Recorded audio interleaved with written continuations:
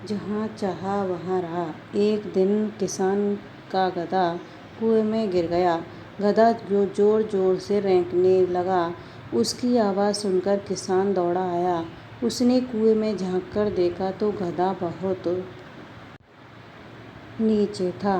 किसान सोच में पड़ गया कि अब क्या किया जाए। उसने कई लोगों को बुलाया, मदद मांगी, लेकिन किसी को भी गधे को बाहर निकालने का उपाय नहीं आया। काफ़ी देर तक सोचने के बाद किसान ने मन ही मन निर्णय लिया कि अब गधा बूढ़ा हो चुका है और कुआं भी बेकार पड़ा है, इसलिए कुएं को मिट्टी से भर देना ही ठीक रहेगा। उसने गांव वालों को मदद के लिए बुला लिया।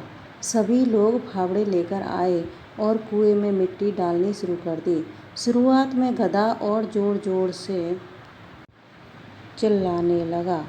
उसे लगा कि अब उसका अंत निश्चित है, लेकिन कुछ देर बाद उसकी आवाज़ अचानक बंद हो गई।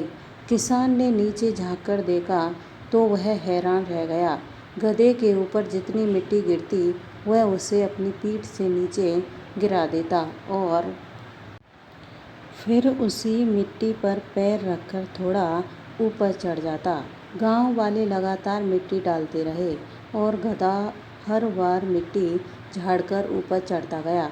धीरे धीरे वह कुएं के आधे हिस्से तक पहुंच गया। यह देखकर गांव के सभी लोग आश्चर्यचकित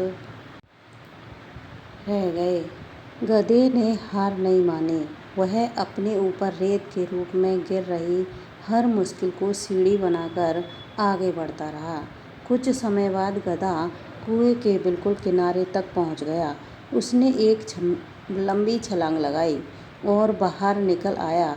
बाहर आते ही वह तेजी से भागा और खुले मैदान में जाकर खड़ा हो गया। किसान और गांव वाले उस पर देखते ही रह गए। किसान को अपनी गलती का एहसास हुआ।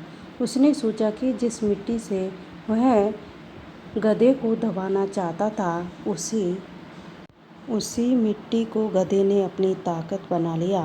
इससे शिक्षा मिलती है कि जीवन में कितनी भी कठिन परिस्थितियाँ क्यों ना आए, हमें घबराना नहीं चाहिए। धन्यवाद।